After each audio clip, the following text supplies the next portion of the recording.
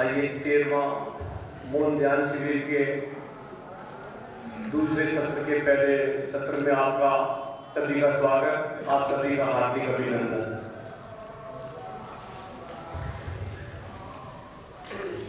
परिचय, ध्यान वार्ता एवं अभ्यास हमारे सभी के दिलों में राज करने वाले परम आदरणीय श्री देशराज जी से आग्रह की परिचय, ध्यान वार्ता एवं अभ्यास। ओम सहना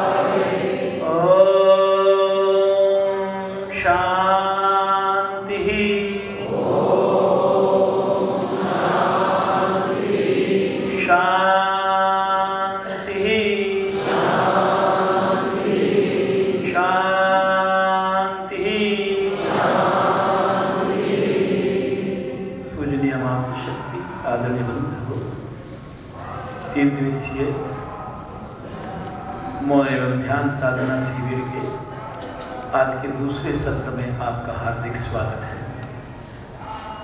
लगभग 3 से 4 प्रांतों के साधकों को पहले खड़ा करेंगे और उनका हम तालियों के साथ स्वागत करेंगे।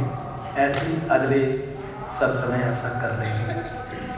इस सत्र में इस शिविर में भारतवर्ष के कुल 12 प्रांतों से साधक भाग ले रहे हैं। हमें जानकारी पूरी होनी चाहिए। ध्यान का हमारा ये कार्यक्रम 13 वर्ष पहले जब शुरू हुआ, मात्र 30 से 40 ध्यान प्रेमियों को लेकर के दिल्ली योग आश्रम के प्रथम तल के हॉल में इसको शुरू किया गया था और ये बढ़ता बढ़ता दिल्ली में भी अब ये रूप ले चुका है। फिजिकली जिस हॉल में ये कार्यक्रम होता है वहाँ पर बैठने की जगह नहीं होती है। फिर इसको कोरोना की कृपा से हाइब्रिड सिस्टम पर लाए, जिससे कि पूरा भारतवर्ष इससे जुड़ने लगा। पहले केवल दिल्ली के ही साधक यहाँ पर आया करते थे इस कार्यक्रम में, फिर धीरे धीरे दूसरे प्रांतों के साधकों का पार्टिसिपेशन इसमें बढ़ाया गया। अब पूरे भारतवर्ष से साधक भाग लेते हैं। अच्छा लगता है, क्योंकि तभी मैं सुबह कह रहा था कि ये ध्यान का शिविर तो है पर एक संगम भी है, 12 प्रांतों का संगम है ये जहाँ हम बैठे।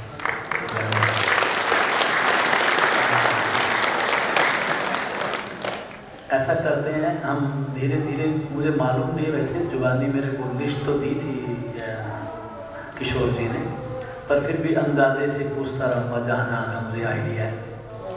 हमारे पास महाराष्ट्र से 2 ट्रेनों से अलग अलग जगहों से आना था। एक ट्रेन कैंसिल होने की वजह से लगभग 11-12 साधक हमारे आ नहीं पाए। बाकी नागपुर साइड से, अकोला से और अमरावती से साधक आए हैं, वो खड़े हो जाएंगे।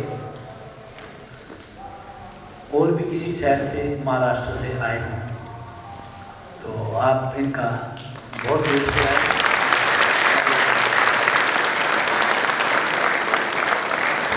आपका हार्दिक स्वागत है। गुजरात से पहले 1 या 2 साधक आते थे। आपकी मेरी जानकारी में शायद लगभग 23 साधक आए हैं। एक बार खड़े हो जाएंगे। गुजरात,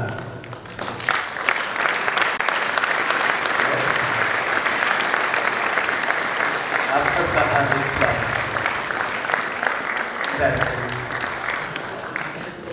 स्वागत है आपका। राजस्थान से जितने साधक आए हैं वो खड़े हो जाएंगे। कोटा 5-6 लोग आए हैं।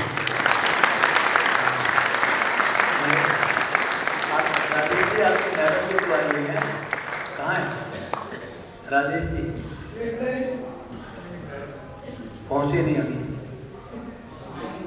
आई है, कहाँ खड़ी है? मुझे तो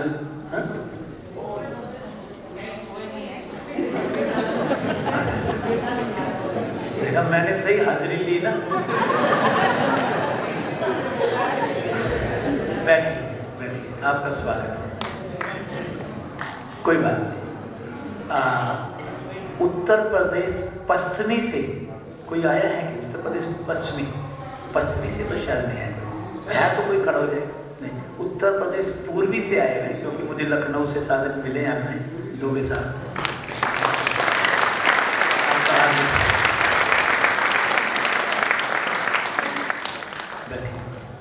उत्तराखंड से संख्या काफ़ी आना चाहती थी, लेकिन सभी को अनुमति नहीं मिली आने की। तो कहाँ से? हाँ, उत्तराखंड से सब खड़े हो जाए। उत्तराखंड, हरिद्वार, देहरादून।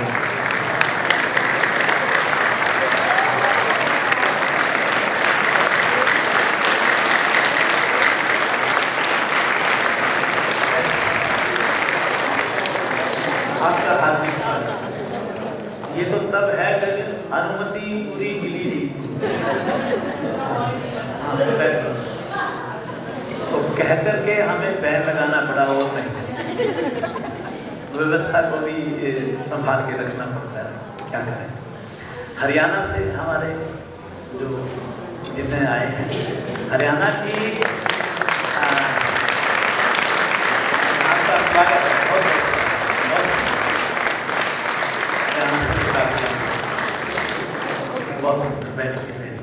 हरियाणा की एक ट्रेन कैंसिल होगी तो परसों खबर आई कि वहाँ से 11 लोग आने थे और नहीं आए। फिर 11 में से भी पता चला कि 7-8 जब ट्रेन 6 लोग, हाँ, वो जब ट्रेन कैंसिल होगी तो बस में बैठ के आ गए। आपका बहुत बहुत स्वागत है। इससे पता चलता है ना कि हमें अपने इस शिविर के प्रति हमारे भीतर कितना आकर्षण है। कोई पंजाब और चंडीगढ़ से कोई है तो प्रांत का पार्टिसिपेशन है? पंजाब चंडीगढ़ से, अच्छा, देवी साई टंडन भी आए हुए हैं। आपका हार्दिक स्वागत है। एक बार तो पंजाब प्रांत के संगठन मंत्री भी हैं, हमारे बहुत वरिष्ठ अधिकारी हैं वहाँ के, वो मन से सेवा करते हैं। अब उत्तर प्रदेश पूर्वी पश्चिमी हो गया। दिल्ली प्रांत 1।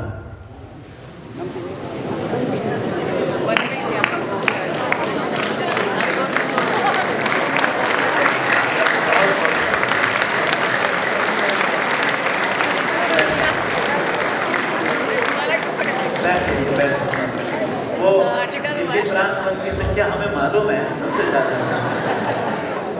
बैठिए, वो वहीं से इस कार्यक्रम की शुरुआत हुई है, सहयोग रहते हैं। दिल्ली प्रांत 2 से भी काफी साधक आए हैं। दिल्ली प्रांत 2 जो यमुना पार के जो जिले हैं हमारे, वो भी खड़े हुए हैं।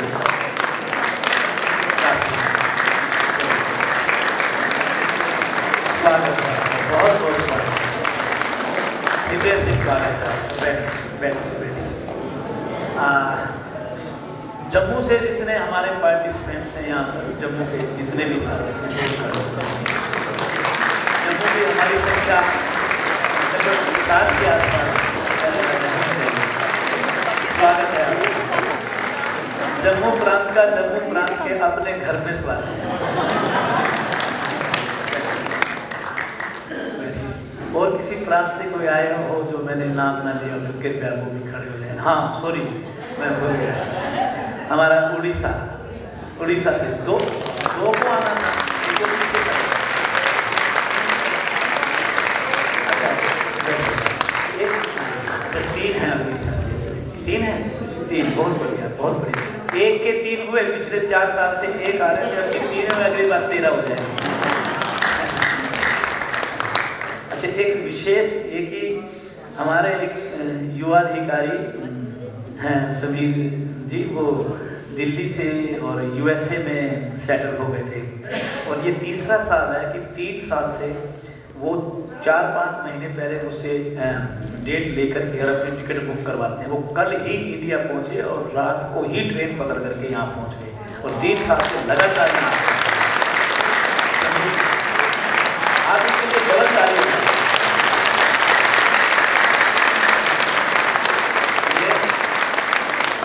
हर साल सिर्फ इस कार्यक्रम के लिए यूएसए से, कैलिफोर्निया से चल करके सिर्फ ये शिविर अटेंड करने के लिए आते हैं। स्वागत है आपका, बैठ आपको बहुत कोई मेरे से प्रांत रह गया हो, आप अपने प्रांत का नाम बताइए। ओ, मध्य प्रदेश, जबलपुर से आए हुए हैं। वहाँ से कुछ लोग आ भी नहीं पाए, कुछ आए 4-5 लोग।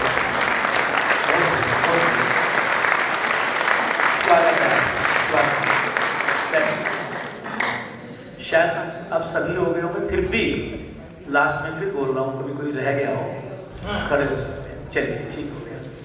हम पहले वार्ता को आगे बढ़ाने से पहले आपको मैंने ये कहा था कि 10 सूत्र पढ़ने हैं आपने समाधि पाने के। कितनों ने पढ़े हाथ करा? अभी 10% ने पढ़े। अब ऐसा करते हैं, अभी 5 सूत्र अभी हम दोहराएंगे और वो 5 सूत्र आप जब ये नेक्स्ट हमारा रेस्ट का टाइम होगा उसमें फिर आप घर में ऊपर अपने बैठ करके उसको दोहराएंगे, जिसमें से कि 3 सूत्र मैंने पिछले अपनी वार्ता में बोले दिए हैं। सबसे पहले मैं बोलूँगा फिर आप बोलेंगे। अथ योगा अनुशासनम, अथ योगा अनुशासनम। इसमें 2 भाव हैं। एक भाव तो ये है, महर्षि पतंजलि एक पवित्र ग्रंथ जिसके अंदर योग के विषय में जानकारी दी गई है, उसको सुबह आरंभ करने का आह्वान करते हैं। और दूसरा यह कि वो ये कहते हैं कि भी हमारा अपने ऊपर नियंत्रण होना चाहिए। चाहे मैं शरीर से कोई कार्य कर रहा हूँ या मन से कोई कार्य कर रहा हूँ या बुद्धि से कोई कार्य कर रहा हूँ, किसी भी तरह की जो क्रियाएं मेरे द्वारा की जा रही है वो मेरे नियंत्रण में हो रही है। बड़ी सिंपल सा उदाहरण दे रहा हूँ, मेरे मुंह से निकलने वाले शब्द पर मेरा नियंत्रण होना चाहिए। मेरे भीतर जो थॉट चल रहे हैं उनके ऊपर मेरा नियंत्रण होना चाहिए। मैं अपनी जीवा से जो रस का स्वादन कर रहा हूँ उस पर मेरा नियंत्रण होना चाहिए। अनुशासन का अर्थ केवल समय पर उठना और समय पर सोना नहीं है।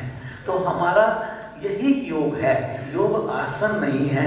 24 घंटे में मैं जो सोचता हूँ, जो समझता हूँ, जो करता हूँ, जो मेरे भीतर चल रहा है, जो मेरे बाहर चल रहा है, उस सब के ऊपर वो सब मेरे वशीभूत हो, मैं उसको सही दिशा की ओर ले जा पाऊँ, उसे अनुशासन कहते हैं। देखिए बड़ी सिंपल सी का एक छोटा सा 3 शब्दों का ये एक सूत्र कितनी बड़ी शिक्षा हमें दे करके जाता है। मैं कहता हूँ अगर केवल मात्र इसी सूत्र को जीवन में मैं व्यवहार और स्वभाव में उतार लूँ तो ये जीवन बदल जाता है। योगस्थित वृत्ति विरोधा, योगस्थित वृत्ति विरोधा क्या है? एक बार बोल लीजिए, योगस्थित। इस पर इसमें बताया गया है योग की परिभाषा सही मायनों में क्या है। चित्त की वृत्तियों का निरोध कर देना योग है। हम सांसारिक हैं, विषय हैं, कहीं ना कहीं मन हमारे चित्त के ऊपर वृत्तियों के रूप में, भावों के रूप में, पत्तों के रूप में, संस्कारों के रूप में जमा पड़ा रहता है, जिससे हम अपने जीवन में अपना रास्ता भटक जाते हैं। अगर व्यक्ति अच्छा कर्म करके, अच्छा संग पकड़ करके, सत्संग पकड़ करके, अच्छा साहित्य पकड़ करके, योग के मार्ग पर चल करके अपने इस चित्त पर जमा इन वृत्तियों की निवृत्ति करना सीख जाए तो वास्तव में योगी बन जाएगा। तदा दृष्टु स्वरूपे अवस्थानम। क्या है दूसरा सूत्र?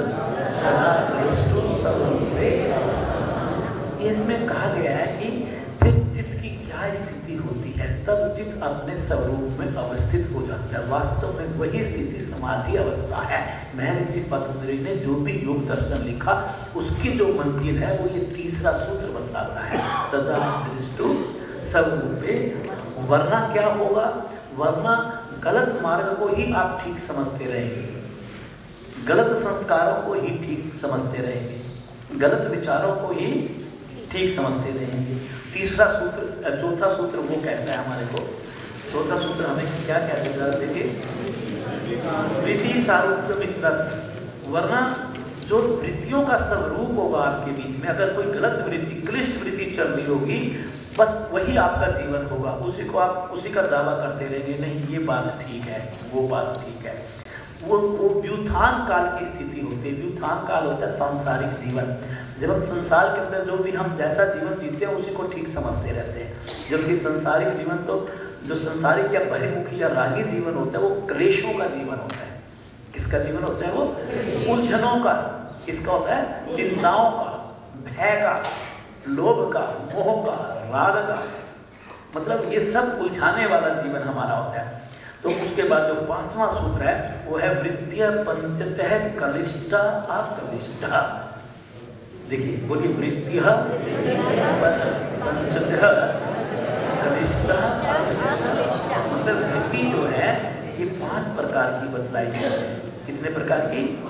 वो 500 वृत्तियां। फिर आगे उसके दो रूप होते हैं, एक कलिष्ठ वृत्ति और एक अकलिष्ट वृत्ति।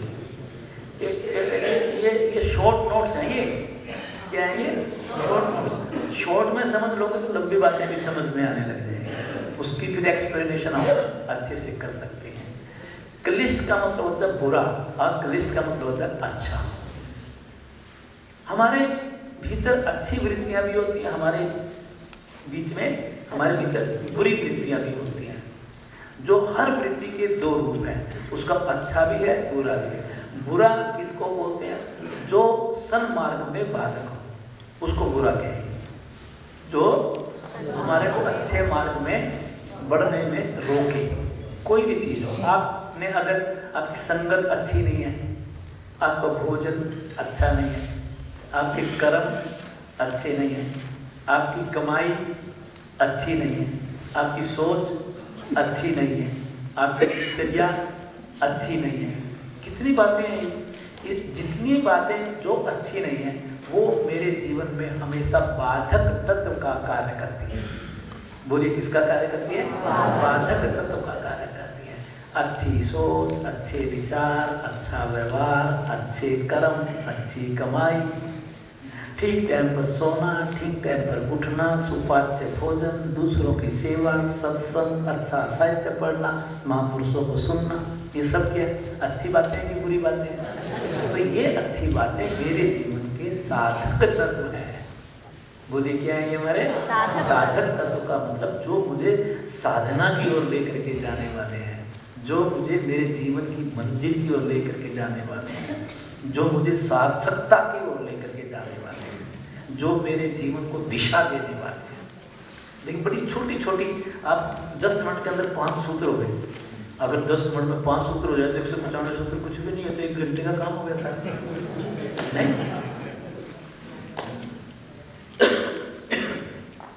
आज की मेरी एक इच्छा है कि आप इन 3 दिनों में कम से कम इतना तो करके जाओ।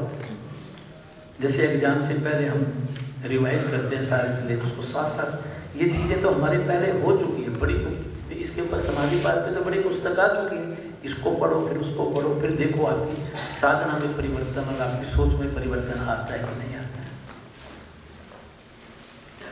हमने कोई ये बताएगा, हाथ खड़ा करेगा, मुंह से नहीं बोलेगा कि हमने जो पहले वाली वार्ता है वो किस बिंदु पर छोड़ी थी। बड़ा एक ध्यान से रहना, मैं इसमें ध्यान देखूंगा, ध्यान का है हमारा। एक मैंने कहा था मुंह से नहीं बोलना, आप भी खड़े रहो। नहीं, मंजुला जी आपके पीछे से पीछे, आपसे पीछे बैठो। स्वाध्याय पर नहीं थी, ईश्वर पर थी। और इससे भी ज्यादा गहराई में लेके जाऊं तो महर्षि पतंजलि ने साधकों को 3 हिस्सों में श्रेणीबद्ध किया। एक उच्च कोटि के, एक मध्यम कोटि के और एक निम्न कोटि के। अब सुनना उसको थोड़ा, बस 2 वाक्य मैंने निचोड़ दूंगा, क्योंकि वार्ता सुनी और सुनने के बाद आपके ऊपर से निकल गई। क्या तो वक्ता ने बतलाया, क्या श्रोता ने सुना, तो आपका तार तो नहीं जुड़ा ना। फिर किस लिए आया? क्यों टाइम वेस्ट कर रहे हो? क्यों एनर्जी वेस्ट कर रहे हो? तीन तरह के साधक, उच्च कोटि, मध्यम कोटि और निम्न कोटि। उच्च कोटि के लिए समाधिपात दिया, उस पर हमने शॉर्ट में चर्चा की। मध्यम कोटि के लिए क्रिया योग दिया। क्या दिया? उस पर आपने तप, स्वाध्याय, ईश्वर परिधान पर शॉर्ट चर्चा करी। तो तीसरी कोटि तो रह गई हमारी तीसरी से, वो कौन सी? निम्न कोटि। निम्न कोटि का साधक कौन होता है? जिसमें तमस वृत्ति की प्रधानता और रजस वृत्ति की प्रधानता रहती है, और सत्व वृत्ति थोड़ी होती तो है, वो तो हमेशा होती है, पर अल्प मात्रा में होती है। क्या होती है? अल्प मात्रा में। और आप कभी भी देखिए समाज के अंदर ज्यादा लोग वो मिलेंगे जो कि तमस और रजस वृत्ति से प्रधान मिलेंगे, क्योंकि हमारा जीवन ऐसी है, सांसारिक जीवन जीते जीते जीते जीते हम इसी स्थिति पे आ जाते हैं। अच्छी बातें कम सोचते हैं, बुरी बातें ज्यादा सोचते हैं। तो समाज में ज्यादा व्यक्ति तमस और रजस वृत्ति से भरे पड़े हैं। सत्व वृत्ति, कभी सुबह के शाम कभी मंदिर चले गए, मंदिर में कब जाएंगे, मजबूरी में जाएंगे, कोई घर में बीमारी आ जाए, या दुर्गाष्टमी हो, उस दिन घर में प्रसाद बन गया, बीवी ने बोल दिया जा मंदिर में दे के आ, थाली में रुमाल शुमाल ढक करके जाते हैं, 2 मिनट घंटी बजाते हैं, वापस आ जाते हैं, फिर उसी दिन दुनिया में खो जाते हैं। सत्व वृत्ति जब हर वक्त आपके भीतर होगी तो हमेशा हमने गलत मार्ग पर चलने से रोकेगी। तो ऐसे व्यक्ति वो व्यक्ति है जो पत्थर पर लकीर, याद आया? पत्थर लकीर के समान है। तो पत्थर पर जो लकीर हो और फिर उस पत्थर को साफ करना आसान है क्या? पर एक काम तो सही है, अगर घर में पत्थर पर लकीरें पड़ जाए तो एक काम करो भाई, आपको पता है वो सरफ की धुलाई से तो जाएगी नहीं, झाड़ू से भी जाएगी, तो एक काम करो ना, एक दिन घिसाई वाले को बुला लो और उसको वो इतना घिसेगा लकीर की जितनी गहराई थी वहां तक जब वो घिस जाएगी पत्थर, फिर पत्थर से लकीर। तो बस फिर इनको क्या करो, इनको ऐसे लोगों को संस्थान के साथ जोड़ करके शुद्धि क्रिया कर करके अंदर सारा मन बोलो, और फिर करवा के आसनों के तगड़े अभ्यास, फिर क्या करो, बचा कुचा मन उससे निकाल, फिर उसकी क्या होगा, रजस और तमस वृत्तियां धीरे धीरे कुछ बोलो। आप देखो 3 दिन ना तो आप दुकान पे जा सकते, ना नौकरी पे जा सकते, ना तिजोरी की चाबी पे हाथ लगा सकते, ना टेलीविजन पे हाथ लगा सकते, गलती से मोबाइल ले आए थे वो भी बंद करवा दिए। ये क्या है? ये वो घिसाई है। ये क्या है? ये वो घिसाई है कि देखो आप थोड़ा दुनिया से हटो, ये आपका मंदिर नहीं है, ये आपका मार्ग है। तो ये आपसे जबरदस्ती ही करवाया जा रहा है एक तरीके से। आपका मन थोड़ी है कि आप मोबाइल ना चलाओ, आप में से कई होंगे उनका मन थोड़ी है कि वो खाना खा के खुद ही अपनी थाली धोए, जिंदगी में नहीं धोई थी, उनको क्या पता था यहाँ कैसे बनेगा। अहम टूटता है। आप सच मानो, ऐसा कार्य करके अहंकार टूटता है, ये मैं खत्म होती है।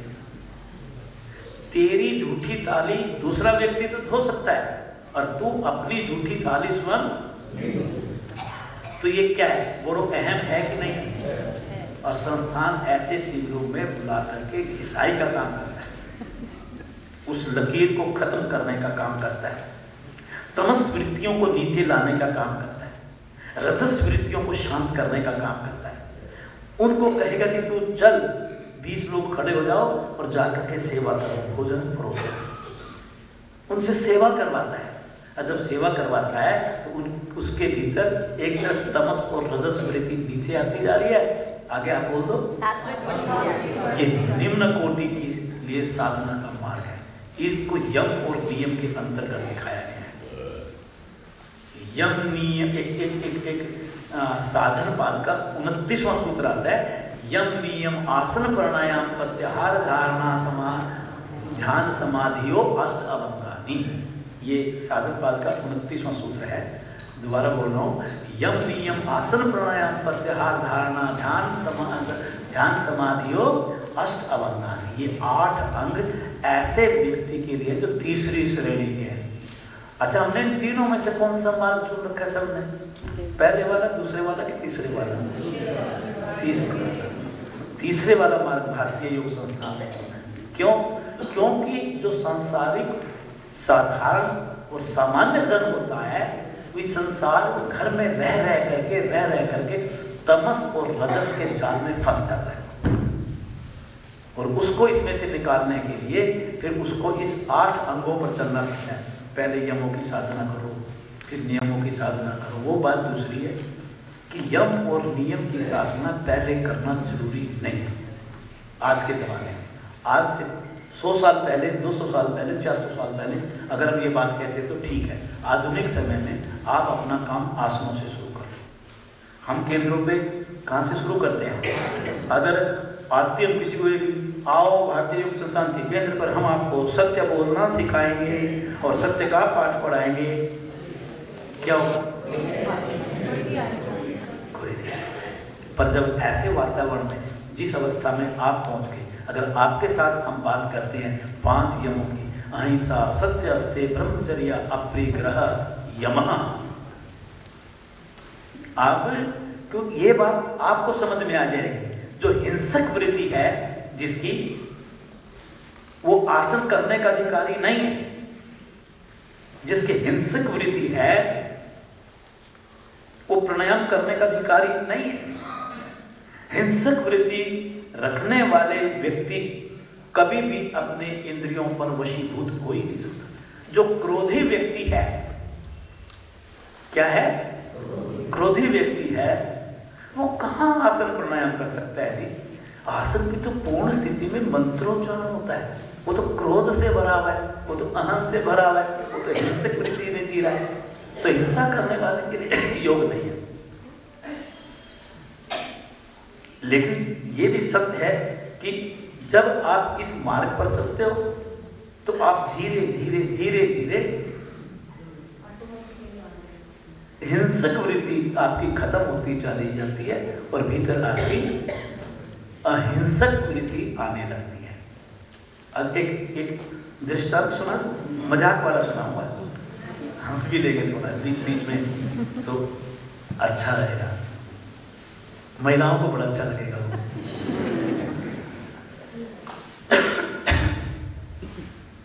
एक डॉक्टर था, उसके घर में कन्या ने जन्म लिया। आधुनिक जमाने की बात है। बच्ची बड़ी हुई, शादी के लायक हुई, पढ़ी लिखी थी, शादी हो गई, घर में गई, ऐसी घर में गई जहां सास का रोग चलता था। चलता है ना, जहां किसका रोग चलता था? सास। तूने ये नहीं किया, तूने वो नहीं किया, ये कर, तू वो कर, सारा दिन रोग मारना। उसको अच्छा नहीं लगता था, वो उल्टा जवाब दे देती थी। अब बहू सास को अगर उल्टा जवाब देगी तो क्या होगा जरा बताओ? है लड़ाई, और लड़ाई इतनी बढ़ने लगी तो दोनों ही हिंसक वृत्ति पे आ गई। आखिरकार बहू ने ये सोच लिया इस घर में या तो मैं रहूंगी, तो वो मायके गई और अपने पिताजी को कहा कि पिताजी मैं अपना जीवन खत्म करना चाहती हूँ। क्यों बेटा? कहते मैं परेशान हूँ, वरना एक काम करो। कहते कि आप तो डॉक्टर हो, कोई ऐसी दवाई दो जिस दवाई से मेरी सास का काम तमाम हो जाए, जिससे मेरी सास का काम। अब डॉक्टर पिता चिंता में पड़ गया कि बेटी क्या कह रही है, बेटी का फेवर ना ले, बाप है तो मर गया, ले तो वो तो हिंसा है, गलत है। आखिरकार मजबूर होकर के मजबूर बात में सास को मारने की दवाई दे दी अपनी बेटी को कि तू ऐसा करना, फिर बेटा मेरी एक शर्त है कि तू एकदम मत मारना, तेरे ऊपर मर्डर का केस हो जाएगा। तो क्या करना, हर रोज थोड़ी सी दवाई दूध में डाल करके और सास को पिला दिया करना, और सास से प्यार करना शुरू कर दे ताकि तेरे ऊपर तू रात को गर्म दूध पिला और सास की टांग में बाहर घुस।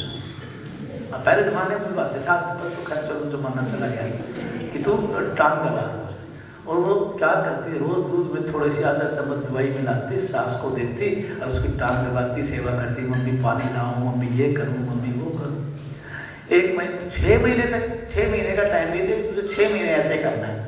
अब 6 महीने तक बहू उसको दवाई देती रही और खूब सेवा करती।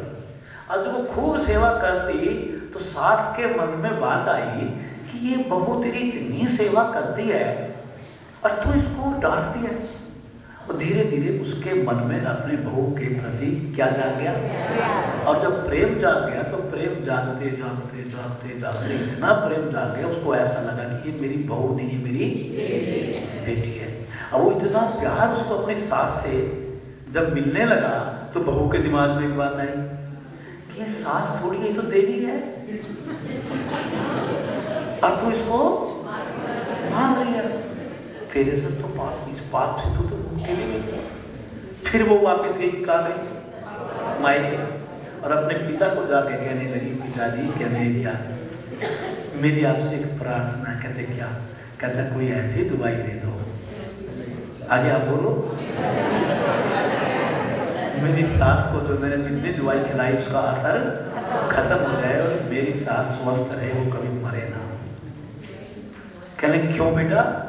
कहते मेरी सास जैसी सास तो धरती पर होनी ही नहीं, उसने तो, वो तो मेरे से इतना प्यार करती है, अपने बच्चों से ज्यादा मुझसे प्यार करते। कहते अच्छा, कहते तो बेटा मैंने तो तेरी सास को मरने की दवाई तो दी नहीं थी, उसको तो मैंने ताकत की दवाई दी।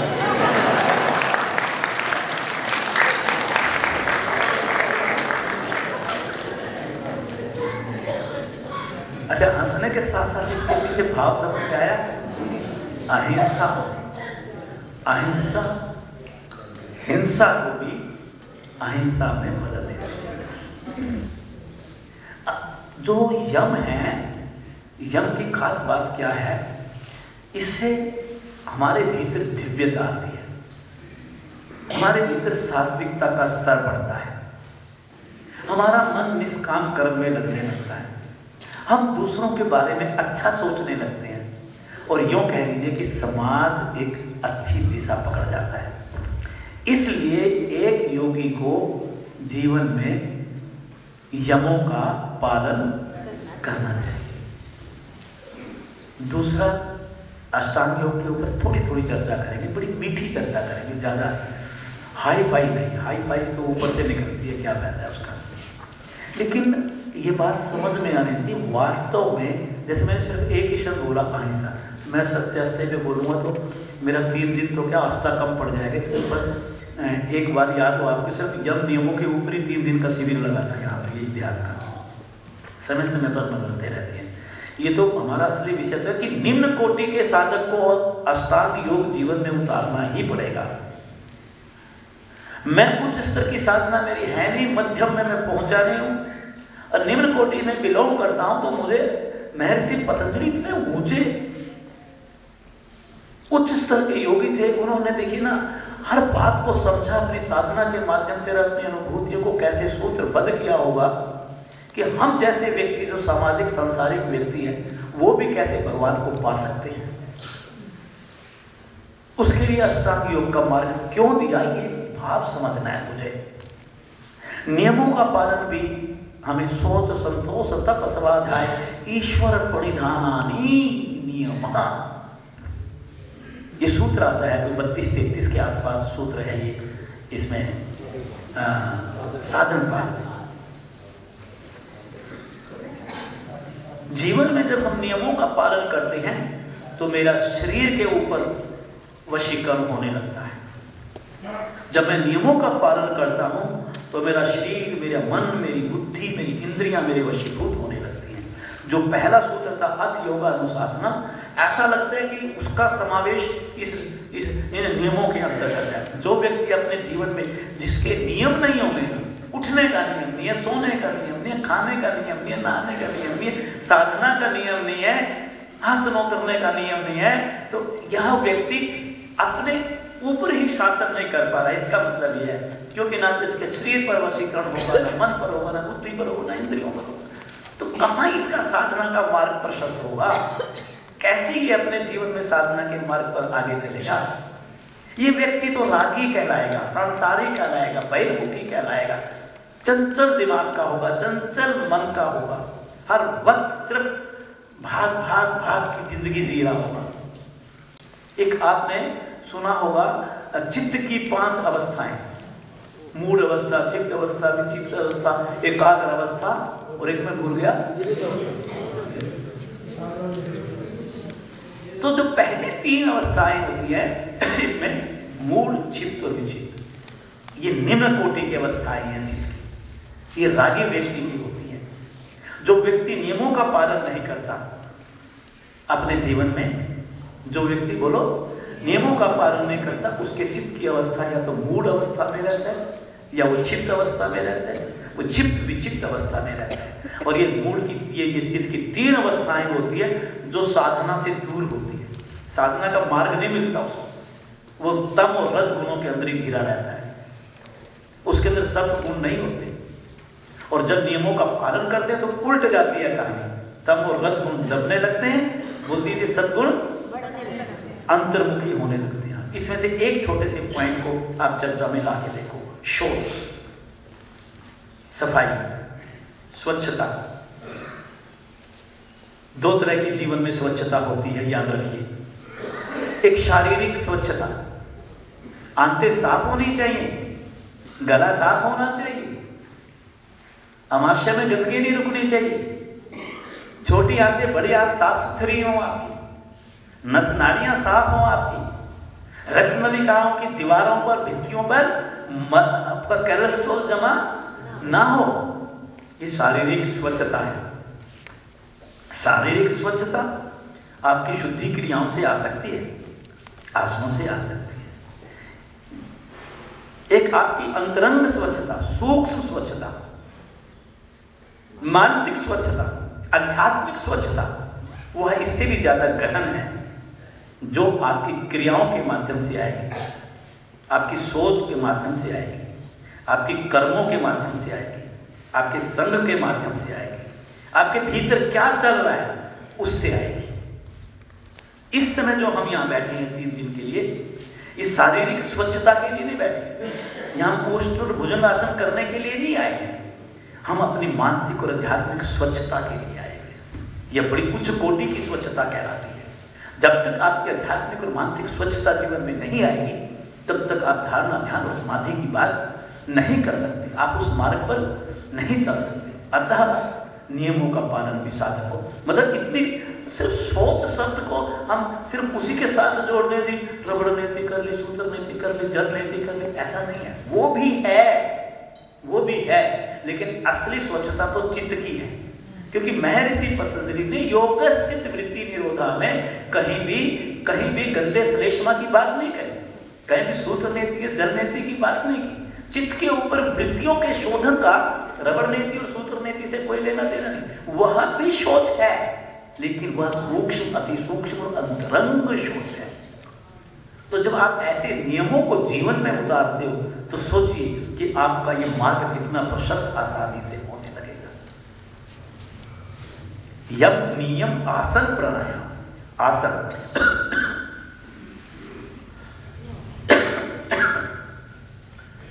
महर्षि पतंजलि ने किसी एक भी आसन का 195 सूत्र में नाम नहीं लिया। आप देख लो शास्त्र उठा करके, योग दर्शन में किसी भी ना उसने पद्मासन तक का नाम लिया, कोई ध्यानात्मक आसन की बात नहीं। वो तो ये कहते हैं बस शरीर को किसी भी अवस्था में आपको बिना पीड़ा के ठहरने की स्थिति जब आपकी बन जाएगी, आप जिस भी आसन में आप बैठे हो, अगर आपके अंदर हिम्मत है इसमें बिना हिले बैठने की, तो आसन लग गया। बस आसन का मतलब तो सिर्फ इतना होता है, इससे ज्यादा आसन का मतलब नहीं होता। ये महर्षि पतंजलि कहते हैं, लेकिन उसमें उन्होंने कमाल कर दिया। उन्होंने स्थिर सुखम आसन, स्थिरता का मतलब बॉडी की फ्लेक्सिबिलिटी से लिया है, उसने आरोग्यता से लिया है, उन्होंने मजबूती से लिया है, उन्होंने समन्वय से लिया है, उन्होंने सब प्रणालियों के बीच समन्वय हो, अच्छा पाचन हो, सुदृढ़ पाचन हो, सहज निष्कासन हो, आपको रक्त भ्रमण प्रणाली के दोष ना हो, आपकी श्वसन प्रणाली ठीक से कार्य करे, आपकी इम्यून सिस्टम बढ़िया हो, अगर ये सब कुछ नहीं है आपके शरीर के भीतर, तो आप स्थिरता की बात कैसे कर सकते हैं जी? क्योंकि आपको वो पीड़ाएं, वो मन आपको बार बार परेशान करेगा। अगर आपको कॉन्स्टिपेशन और गैस बनी हुई है, तो आप सोचिए शरीर की क्या हाल बनेगा। अगर आपका पाचन ठीक नहीं है, तो आप कैसे परेशान रहेंगे, कहां शरीर स्थिर रहेगा। लेकिन जब आप ये सब गुण आपके शरीर के भीतर आते हैं, तो आपके उस परिभाषा का पहला शब्द केवल एक स्थिरता आपके जीवन में व्यवहार बन करके उतर जाएगा, जिसको आप धारण कर पाएंगे, जिसको आप धारण कर पाएंगे। सुख की बात, जो हम सांसारिक सुख की बात है उसकी बात नहीं करते हैं। यहां पर आसन, जो स्थिरता में आप गए, उस स्थिरता में जाने के बाद क्या आप बहिर्मुखी से अंतर्मुखी बने? अंतर्मुखी बनने का मतलब क्या मंत्र जाप की स्थिति आई? क्या प्रयत्न से थल्य की स्थिति आई? क्या दुख सहन करने की स्थिति बनी? क्या आपने सम स्थिति को अनुभव किया? सुख की अनुभूति तब होती है। तो जब आपकी यह स्थिति आ जाती है, तो आसन आपके जीवन में आता है। तो ये दोनों चीजें आपकी आध्यात्मिक यात्रा के लिए बहुत जरूरी है। जब इंजन ही खराब हो गाड़ी का, तो यात्रा करना संभव नहीं है। जिस गाड़ी का इंजन ही खराब हो, वो गाड़ी आपको आपके गंतव्य स्थान तक आपको लेकर के नहीं जा सकती। तो प्यारे, जिस अध्यात्म की बात कर रहे हो आप, जिस ईश्वर प्राप्ति की बात कर रहे हैं आप, जिस ध्यान और समाधि की बात कर रहे हैं, हम ये तो कहते हैं कि शरीर को पार करना है, लेकिन स्वस्थ और स्थिर शरीर को ही पार किया जा सकता है। रोगी शरीर को पार आप करके परमात्मा की प्राप्ति नहीं कर सकते। तो इसका मतलब क्या है? यहां कंडीशन लग गई है। ये शरीर भी आपका एक रथ है, ये भी आपकी एक मंजिल है, जिसके माध्यम से आपने अपने जीवन के लक्ष्य को पाना है। अध्यात्म, हम भगवान की प्राप्ति की बात करेंगे, शरीर कुछ नहीं है, शरीर सब कुछ है ईश्वर की प्राप्ति के लिए। तो रोगी काया बैठ करके 10 मिनट एक स्थिर आसन में ओम की चैंटिंग नहीं कर सकती। घुटनों में दर्द हो और आपको कहें कि आप पद्म आसन में बैठ करके 3 मिनट, 2 मिनट, 1 मिनट ओम की चैंटिंग करो, कैसे कर लोगे आप? मुझे बताओ। अगर आपको माइग्रेन का पेन हो जाए, तो आप मेरी इस वार्ता में क्या रुचि रखेंगे, आप बताओ। तो इसका मतलब यह हुआ कि अगर आपने ईश्वर को पाना है, तो शरीर को स्वस्थ रखना जरूरी है। और आप और चीज मैं आपको बता दूं, हम 3 गुणों के ऊपर ज्यादा जोर दे रहा हूं आज मैं, तम, रज, सत। तम और रज, निम्न कोटि का व्यक्ति वो है जिसके भीतर तम और रज गुण ज्यादा है, इसकी वृत्तियां ज्यादा है। आसन भी आपके तम और रज गुणों को नीचे लाता है। जो आसनों का अभ्यासी होगा, उसका भोजन ठीक हो जाएगा। जो आसनों का अभ्यासी होगा, वो सुबह 5 बजे केंद्र में आएगा, सुबह उठ के साधना करेगा। सुबह उठते वो चाय नहीं पीएगा, रात को जल्दी सो जाएगा, उसके जीवन में बदलाव आता है जी। अतः आसनों का अभ्यास जो तीसरा पड़ाव है, इसके अंदर भी आपको निपुणता हासिल कर लेनी चाहिए। निम्न कोटि के साधक को 3 पड़ाव, यम, नियम, आसन। और चौथा बोल दीजिए, कौन सा है? प्राणायाम। प्राणायाम का मतलब है प्राणिक ऊर्जा से है। यहाँ सिर्फ हम जो पद है हमारा वार्ता का, उससे पीछे नहीं हटना। प्राणायाम के ऊपर बोलेंगे तो घंटा लग जाएगा, वो बोलना ही नहीं। प्राणायाम का मतलब सिर्फ इतना समझ लीजिए कि हमारे शरीर में कोई भी दोष किसी भी अंग, किसी भी प्रणाली में तभी आता है जब उस अंग को, उस प्रणाली को जितनी प्राणिक ऊर्जा चाहिए उतनी प्राणिक ऊर्जा नहीं मिलती, या आपके शरीर में प्राणिक ऊर्जा का विचरण असंतुलित हो जाता है, अनियंत्रित हो जाता है। किसी अंग को, अगर हृदय को जितनी प्राणिक ऊर्जा की आवश्यकता है उतना प्राण ऊर्जा उसको नहीं मिलेगी, तो उसकी हृदय की मांसपेशियां कमजोर होने लगेंगी। जब उसका संकुचन और प्रसरण की प्रक्रिया हृदय की मांसपेशियों में स्वस्थ तरीके से नहीं होगी, तो हृदय बीमार हो जाएगा और हम हृदय रोगी। बस फिर हो गया ध्यान। फिर तो ध्यान हृदय का करेंगे, भगवान का थोड़ी करेंगे हम। जो अंग बीमार होगा उसका ध्यान करते रहो। तो इसका मतलब ये हुआ कि आपके शरीर में अगर आपके श्वास ठीक नहीं है, गहरे नहीं है, लंबे नहीं है, अनुपातिक नहीं है, लेवल नहीं है, सूक्ष्म नहीं है, शब्द नहीं है, उसके ऊपर आपका वशीकरण नहीं है, तो बात बनने वाली नहीं है। उसके लिए आपको प्राणायाम का अभ्यास करना। एक छोटी सी बात और सोचो, जब मैं आसनों की बात करता हूँ तो मैं शारीरिक स्थिरता की बात करता हूँ, जब मैं प्राणायाम की बात करता हूँ तो मानसिक स्थिरता की बात करता हूँ। क्योंकि मन और शरीर, मन और प्राण का, श्वासों का बड़ा गहरा रिश्ता है। कभी भी आप देख लीजिए, जो बहिर्मुखी लोग होते हैं, जो चंचल दिमाग लोग होते हैं, जो गृहस्थी और सांसारिक ज्यादा होते हैं, जो राग में फंसे रहते हैं, उनके श्वास जल्दी जल्दी चलते हैं, जल्दी जल्दी चलते हैं। कभी भी देख लेना, जो योगी हुआ करते हैं, जो प्राणायाम का अभ्यास करते हैं, जो गहरे लंबे श्वासों का अभ्यास करते हैं, उनके श्वास टिके हुए होते हैं, आराम आराम से आते हैं, आराम आराम से जाते हैं। उसका मन शांत रहता है। जब उसका मन शांत रहता है तो मन पे उसका वशीकरण आ जाता है। ये दूसरी स्थिरता है। आपने क्या किया? यमों से समाज को अच्छा बना लिया, नियमों से अपनी आदतों को अच्छा बना लिया, और आसनों से आपने शरीर को स्थिर बना लिया। आगे बोल दीजिए। प्राणायाम से आपने मन को स्थिर कर लिया। तो इसके बाद आ जाती है इंद्रियों की बारी। किसकी बारी? क्योंकि इंद्रियां मन के साथ मिलकर के यूनियन बाजी करती है। यूनियन बाजी आपने देखा नहीं, यूनियन के लोग कैसे होते हैं, उनको सारी टेक्निक आती है लड़ने की। तो ये यूनियन के लोग होते हैं। ये इंद्रियां जो है ना, ये क्या करती हैं, ये चित्त की खास बात यह है, चित्त को जो दिखाओगे वही देख लेगा। सही है ये। एक वार्ता है इस 3 दिन में मेरे पास। चित्त सिर्फ अकेले चित्त के ऊपर ही बोलेंगे 1 घंटा। अब चित्त का बड़ा ऐसा स्वभाव है, इसको जो दिखाओ बिल्कुल चश्मे की तरह है। अगर मैं इन आंखों के ऊपर नीले रंग का चश्मा पहना दूं तो आपके वस्त्र मुझे कैसे दिखाई देंगे? अगर मैं इसको हरे रंग का चश्मा पहना दूं आंखों को, आंखें वही, वस्त्र वही, केवल एक चश्मे का शीशा बदलने से सब कुछ वैसे ही है। इस चित्त का, इस चित्त को ये इंद्रियां जो दिखाती हैं, इंद्रियां जो इसको चित्त को या मन को दिखाती हैं, मन या चित्त वही आत्मा को दिखाता है, और आत्मा उसी को सच समझ करके और इस संसार की इन दुखों को ही भोगने लग जाती है। बहुत बुरा हो जाता है वहां पर। अतः अगर आपने अपने अध्यात्म के मार्ग को प्रशस्त करना है तो ये बहुत बड़ी साधना है, इंद्रियों की साधना। प्रत्याहार का मतलब प्रति जमा आहार, प्रति का मतलब उल्ट देना, आहार का मतलब भोजन।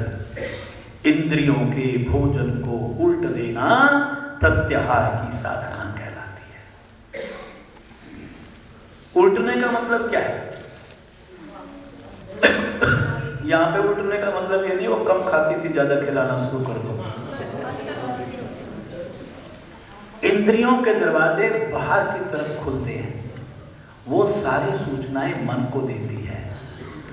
मन इच्छाएं पैदा करता है, इच्छाएं बुद्धि को अग्रसर कर दी जाती हैं, बुद्धि उन इच्छाओं को पाने की संतुष्टि देती है और क्रियाओं को आदेश दे डालती है। क्रिया इंद्रियों, कर्म इंद्रियों को आदेश दे डालती है कि तुम इनको पूरा कर, और इंद्रियां फिर आपकी उन इच्छाओं को पूरा करने के लिए, कर्म इंद्रियां दिन रात काम करती हैं, आपको आराम नहीं करने देती है। भाग भाग भाग, और जीवन दलदल में फंस जाता है, कोई रास्ता नहीं मिलता बाहर निकलने का। तो प्रत्याहार की साधना इन इंद्रियों पर लगाम कसने की साधना है। प्रत्याहार की साधना इन इंद्रियों के दरवाजे बंद करने की साधना है। प्रत्याहार की साधना इंद्रियों के भीतर के दरवाजे खोलने की साधना है। प्रत्याहार इन इंद्रियों की जो इंद्रियातीत शक्तियां हैं, सूक्ष्म शक्तियां हैं, इसकी दिव्य शक्तियां हैं, उनको जागृत करने की साधना है। मैं कई बार बहुत भावुक हो जाता हूँ इस विषय पर बोलने के लिए कि प्यारे, जिस दिन तूने इन इंद्रियों की साधना करना सीख लिया, तेरे से बड़ा कोई योगी इस धरती पर नहीं हो सकता। मैं कहा करता हूं कि कई बार ये कान जो दूसरों की चुगली सुना करके तुझे, तेरे मन और चित्त को खुश करती हैं, और तू प्रफुल्लित हो जाता है किसी की बुराई सुन करके, जिस दिन तूने इस इंद्री को साध लिया, उस दिन तुझे चुगली में आनंद नहीं आएगा। आनंद आएगा तो मेरे भगवान के कीर्तन में आएगा, उसकी आवाज में आएगा, नाद में आएगा, अनहद नाद में आएगा। सोच वो घड़ी कैसी होगी, वो अनुभूति कैसी होगी, वो समय कैसा होगा।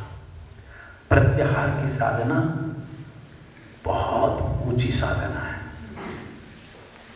यम नियम आसन प्राणायाम प्रत्याहार, प्रत्याहार की साधना से आपका मन शांत होने लगता है, आपका मन अंतर्मुखी होने लगता है, आप भोग से योग की ओर बढ़ने लगते हैं, क्योंकि इंद्रियां ही तो भोग करवाती हैं आपको। अरे एक बात बताओ, स्वाद जो है ना, स्वाद किसका है? मन का नहीं है, जीभ का है। जीभ के जो टेस्ट बड्स हैं वो आपके मन को बताते हैं कि ये भोजन में खट्टा मिला हुआ है कि मीठा मिला हुआ है, कड़वा मिला हुआ है कि नमकीन मिला हुआ है, वो बतलाते हैं, वो टेस्ट बेड्स बतलाते हैं, मन नहीं बतलाता। मन को तो इंद्रियां उकसाती हैं। तेरे को हलवे का रसवादन कर रहा हूं, तू बता तुझे कैसे लग रहा है, मीठा मीठा लग रहा है ना, तो मन तो उसकी बात में हाँ मीठा मीठा लग रहा है, और चाहिए और खा। शराबी को शराब तो कड़वी होती होगी, शराबी को ये उसके पेट मन को कहते हैं देख अच्छा लग रहा है ना, मन शराब को भी कह देता है हाँ अच्छा लग रहा है, क्योंकि उसने ना मन को साधा, ना इंद्रियों को साधा, और ना साधे हुए व्यक्ति का रास्ता कभी भी अच्छा नहीं हो सकता। इंद्रियों को साधने से मेरे प्रभु के द्वारा दी गई मेरी भीतर की दिव्य सुप्त शक्तियां जागृत होती हैं। इस वाक्य पर ध्यान देना, भीतर आपके जो दिव्य सुप्त शक्तियां हैं वो जागृत होती हैं, और इनके जागृत होते ही आपका मन शांत होने लगता है, आप एकाग्रता की तरफ बढ़ने लगते हैं। प्रत्याहार की साधना के बिना जीवन में कभी भी धारणा का अभ्यास उतर नहीं सकता।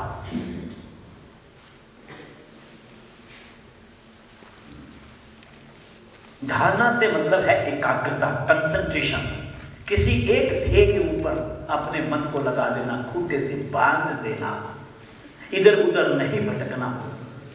यह तभी होता है जब आपके भीतर चित्त में सर्व प्रधान चित्त बन जाता है। चित्त की जो व्युत्पत्ति हुई है वो सत्व वृत्ति से हुई है। ये कल या परसों विषय आएगा, उस समय आपसे पूछूंगा, आप बता देना मुझे, फिर दोबारा बोल रहा हूं। हमारे शरीर, हमारे भीतर जो चित्त है उसकी जो व्युत्पत्ति होती है वो किससे होती है? सत्व प्रधान से है।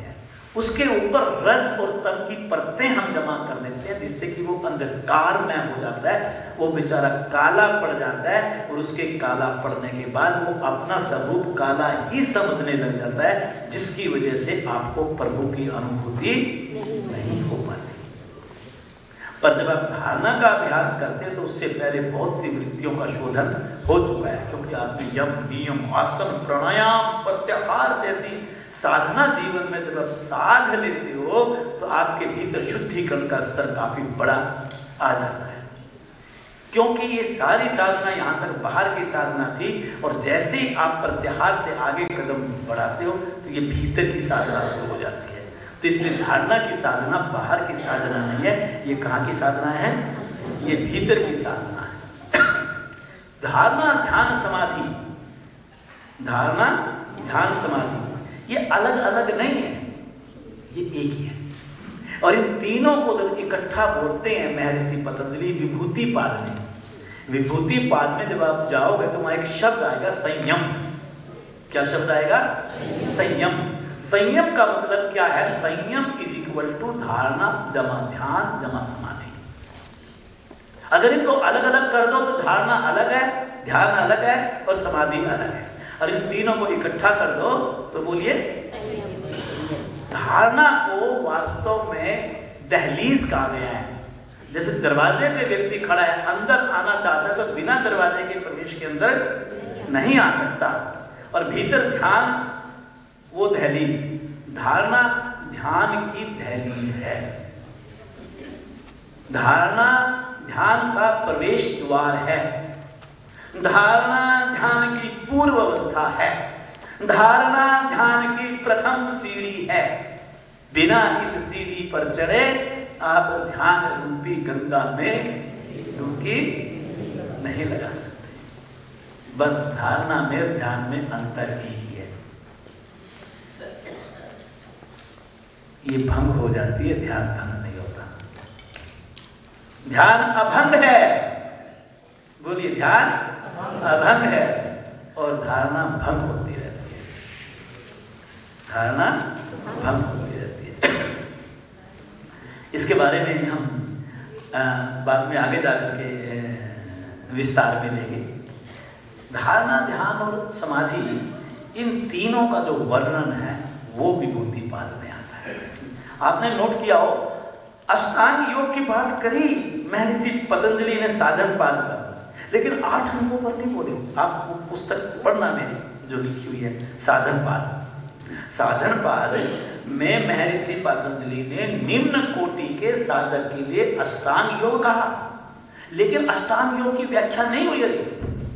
आप 55वां सूत्र उसका खोल करके देखिएगा, 55वां सूत्र उसका प्रत्याहार के ऊपर गिरेगा। और प्रत्याहार के बाद क्या आता है? धारणा। तो धारणा की शुरुआत कहाँ में हुई? कहाँ जाके? विभूतिपाद में। कहाँ पर हुई? विभूतिपाद में। विभूतिपाद में धारणा ध्यान समाधि अर्थात उसको संयम कहते हैं, उसका विवरण दिया गया है। विभूति का मतलब होता है अनुभूति। विभूति का मतलब होता है विशेष अनुभूति। विभूति का मतलब होता है सिद्धि। आप सुनते होंगे जो ऋषि महर्षि होते थे, ब्रह्म ऋषि होते थे, उनको कुछ सिद्धियां प्राप्त होती थी। गुरु वशिष्ठ जी के पास एक ऐसी गाय थी, उसको ये कह दो कि 500 लोगों को खाना खिलाना है, तो 500 लोगों का खाना तैयार हो जाता है। देखो ना कैसी कैसी सिद्धियां थी। अच्छा, आपके पास भी ये सिद्धियां? पूछो बोलो। किसी ऐसा हो ही नहीं सकता जिसने मानव देह धारण की हो और भगवान ने सिद्धियों की एक को ताकत दी और दूसरे को नहीं दी, चाहे आदमी अच्छा हो चाहे बुरा हो। ये बात अच्छे से समझ लेना। सिद्धियां सभी के पास होती हैं, कहीं सुप्त अवस्था में होती है, कहीं वो जागी नहीं। और जब जब भी आप साधना के मार्ग पर चलेंगे, जब जब भी आप सन्मार्ग पर चलेंगे, जब जब भी आप अध्यात्म के मार्ग पर चलेंगे, इस वाक्य पर ध्यान देना, सिद्धियां आपको पक्का प्राप्त होंगी।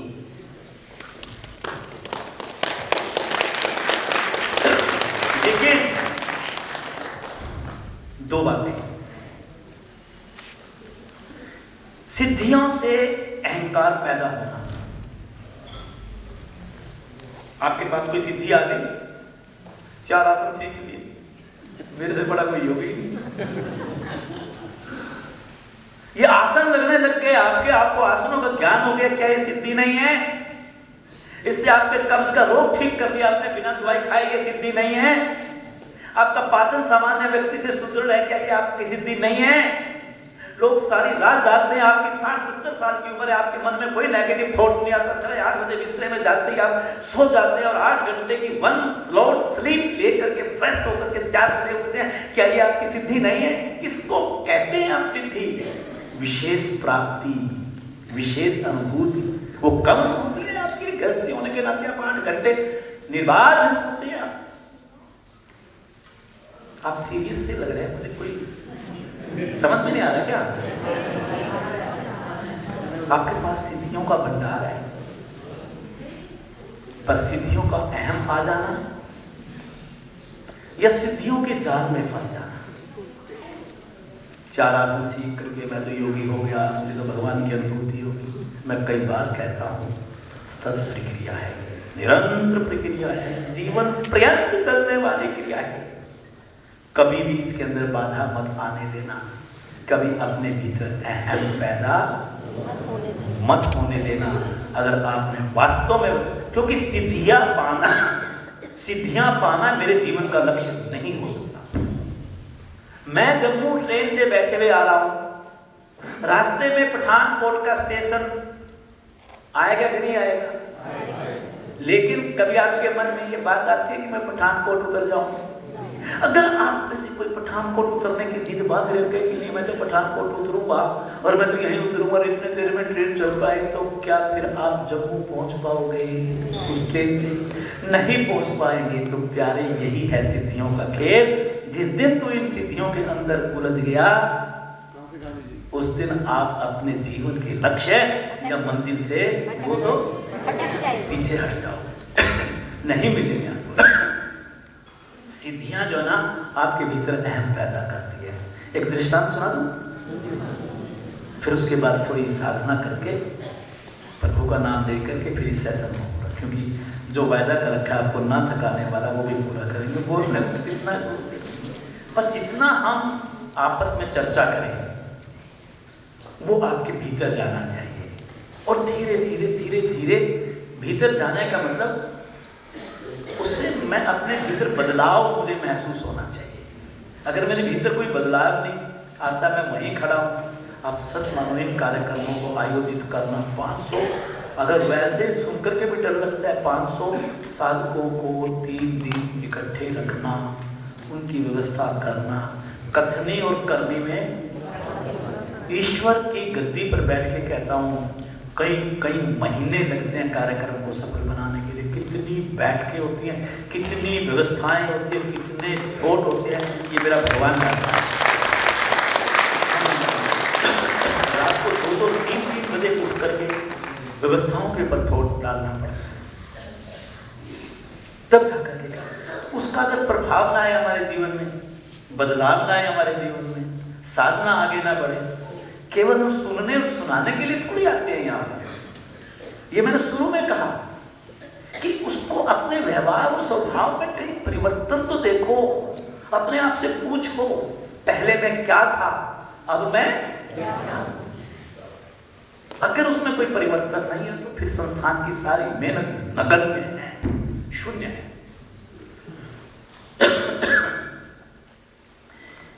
एक योग के मार्ग पर चल पड़ा आप और हम जैसा, लेकिन वो हमसे थोड़ा ज्यादा उच्च कोटि का था। हम तो गृहस्थी ठहरे, वो सन्यासी, और उसने योग कहाँ करने का निर्णय लिया? हिमालय की गोद में। वहाँ जाकर के 12 साल तपस्या की, साधना करता, योग करता, और उसकी साधना परिपक्व होती चली गई और उसको सिद्धियां प्राप्त हो चुकी। ऐसी ऐसी अजूबी सिद्धियां उसके जीवन में आ गई, तो उसके मन में भाव आया कि अब तो तेरा योग पूर्ण हुआ कि तूने इतनी सिद्धियां प्राप्त कर ली। तो वो भी समाज के बीच में आया, तो वो कलकत्ता पहुंच गया। कहाँ पहुंच गया? कलकत्ता। दक्षिणेश्वर मंदिर का नाम सुना? कौन थे वहाँ के पुजारी? कभी किसी ने? स्वामी रामकृष्ण परमहंस, जिनके शिष्य बोलो स्वामी विवेकानंद। स्वामी रामकृष्ण परमहंस वहाँ पर अपने शिष्यों को शिक्षा दे रहे थे, स्वाद्वाद हो रहे थे, सेल्फ रियलाइज सोल थे, प्रश्न आते मुस्कुराते उत्तर देते, गदगद हो जाते शिष्य। बहुत सुंदर दृश्य था। बीच में वो योगी महाराज भी बैठे थे, कलकत्ता से आए थे। उनकी बात तो सुन रहे थे, लेकिन अपनी साधना का अहम लिए हुए बैठे थे और सोच रहे थे क्या है स्वामी रामकृष्ण परमहंस, मेरी साधना के बराबर साधना थोड़ी, ये तो यहाँ बैठे हैं काली माँ के मंदिर में, मैं तो बर्फ के पहाड़ों के बीच में बैठ के 12 साल साधना करके आया हूँ और मैंने इतनी बड़ी बड़ी सिद्धियाँ प्राप्त की है। आज तो 2 हाथ हो ही जाए। बोले महाराज मेरा भी एक प्रश्न है। कहने लगा बोलो बस। कहता है ये आपका जो मंदिर है वो गंगा यमुना के किनारे है, कोई गया हो तो बिल्कुल अगर उसकी साइड पे देखो ना बिल्कुल किनारे पे, और वहां जाकर के गंगा यमुना मेरे ख्याल में मिलती हैं, वो बहुत चौड़ी हो जाती है एक तरफ। अब स्वामी विवेकानंद जी ने बाद में जो एक अपना ट्रस्ट बनाया था तो उसका एक बहुत बड़ा आश्रम भी है, उल्टी साइड पार करके जाना पड़ता है, स्टीमर में बैठ करके चले जाओ। गए हो आप गए ना, मैं ठीक कह रहा हूँ। तो कहने लगे कि आज गुरुजी आप इसको पार करके दिखाओ। कहने लगे चलो। दोनों टहलते हुए अब स्वामी तो समझ गए, स्वामी जी तो भी हाँ अहंकार का भरा व्यक्ति से आज पाला पड़ गया तेरा। तो जब किनारे गए तो उसने आवाज लगाई नाव वाले को। योगी बोले नाव से नहीं। तो कहता पानी पे चल करके पार कर। आप तो इतने पहुंचे हुए संत हो। कहता मेरे को पानी पर चलने की सिद्धि प्राप्त की है मैंने क्या सिद्ध किया है? कई बार आप कहते हैं ना पुलावनी प्राणायाम से ये सिद्धि प्राप्त होती है, इससे ये सिद्धि प्राप्त होती है। कर ली सिद्धि प्राप्त। पानी पे चलने की सिद्धि प्राप्त है, मैं इस पानी के ऊपर चल करके नदी पार करूँगा पर कर। कहते कितने साल लगे सिद्धि प्राप्त करने में? स्वामी जी बोले कहते 12 साल की साधना किए, रात थोड़ी सिद्धि प्राप्त। कहते अच्छा। कहते फिर आपसे तो एक भूल हो गई। कहते क्या? कहते आपने जिंदगी के 12 साल बर्बाद कर दिए। स्वामी जी क्या बोले? आपने जिंदगी के 12 साल बर्बाद कर दिए। कहते क्यों? कहते क्यों क्या? जो काम तुमने 12 साल बर्बाद करके सीखा, मैं नाव वाले को बोला मैं 10 पैसे दूंगा नाव पार कर लूंगा। ये क्या सिद्धि हुई? सिद्धि नहीं। तो योगी को चोट लगी इससे, उसको समझ में आया। मतलब इसके पीछे भाव देखिए कि सिद्धि का जो अहम है वो आपके जीवन में बाधक तत्व का काम करता है और साधना आपके जीवन में साधन। अगर आप सिद्धि में उलझ गए तो आप कभी भी अपनी मंजिल पर नहीं पहुंच पाएंगे। और कभी ये ना सोचे आपके पास सिद्धियां नहीं, मेरे पास सिद्धियां नहीं है, इनके पास सिद्धियां नहीं है। हम सबके पास सिद्धियां हैं, लेकिन सिद्धि रास्ते का स्टेशन है जिसे आपको छोड़ करके आगे बढ़ना है। अगर उस स्टेशन पर रुक गए तो मंजिल हमें नहीं मिल सकती। आंखें बंद कीजिए। 21 बार ओम की ध्वनि होगी, 2 बार सुनेंगे, तीसरी बार से आप शरीक हो जाएंगे।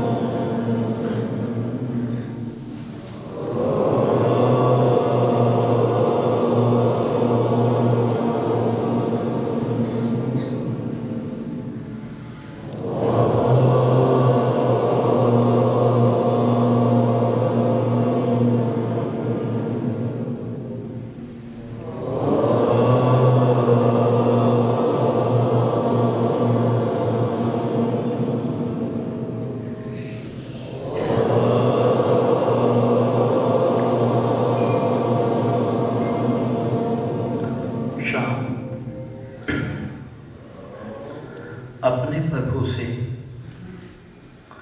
सबके अच्छे की कामना करें सच्चे मन से।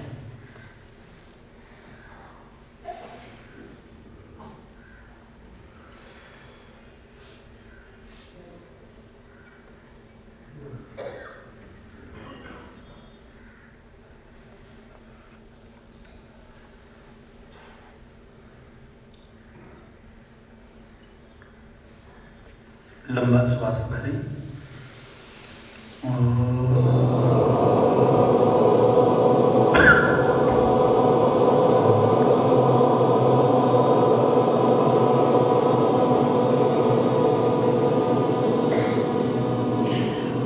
उंगलियों से आंख की पलकों को सहलाते हुए